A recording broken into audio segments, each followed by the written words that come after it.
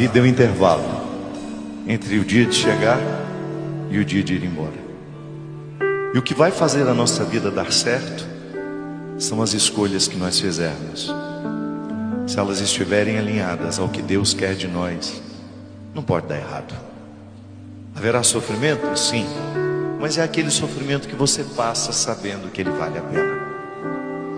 É o sofrimento que nos redime.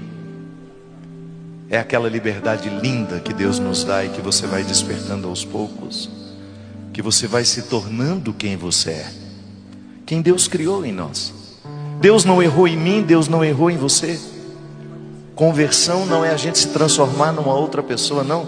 É a gente se transformar em quem Deus fez em nós. Ou então Deus seria imperfeito se Ele criasse uma criatura que precisasse de mudança.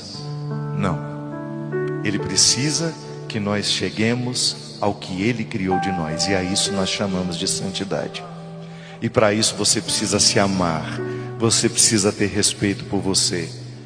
E você não pode medir o seu valor com a régua de quem não tem respeito por você. Ando devagar, porque já tive pressa, e levo este sorriso. A vida é um intervalo entre o dia de chegar e o dia de ir embora. E o que vai fazer a nossa vida dar certo são as escolhas que nós fizermos. Se elas estiverem alinhadas ao que Deus quer de nós, não pode dar errado. Haverá sofrimento? Sim, mas é aquele sofrimento que você passa sabendo que ele vale a pena. É o sofrimento que nos redime. É aquela liberdade linda que Deus nos dá e que você vai despertando aos poucos, que você vai se tornando quem você é, quem Deus criou em nós. Deus não errou em mim, Deus não errou em você. Conversão não é a gente se transformar numa outra pessoa, não. É a gente se transformar em quem Deus fez em nós. Ou então Deus seria imperfeito se Ele criasse uma criatura que precisasse de mudança. Não.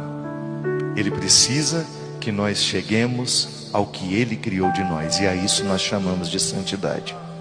E para isso você precisa se amar, você precisa ter respeito por você. E você não pode medir o seu valor com a régua de quem não tem respeito por você. Ando devagar, porque já tive pressa, e levo este sorriso.